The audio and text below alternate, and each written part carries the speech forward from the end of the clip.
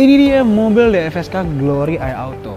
Emang apa sih yang bikin mobil ini menarik? Yang pertama, mobil ini udah bisa dihidupin dengan engine start stop kayak gini. Terus mobil ini udah dilengkapi dengan smart key, jadi ini udah pasti praktis dan aman banget. Dan juga mobil ini udah dilengkapi dengan panoramic sunroofnya.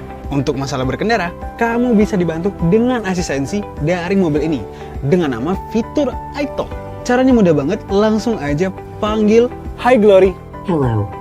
Open window. Okay, opening the drive side window. Hi Glory. Hello. Close all window. Okay, closing all window. Untuk masalah tenaga, mobil DFSK Glory iAuto sudah ditenagai dengan turbocharged engine.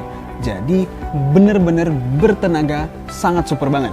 Buat kalian yang mau tanya-tanya ataupun masih kepo dengan mobil Glory iAuto ini, langsung aja datang ke dealer kita di bawah sini.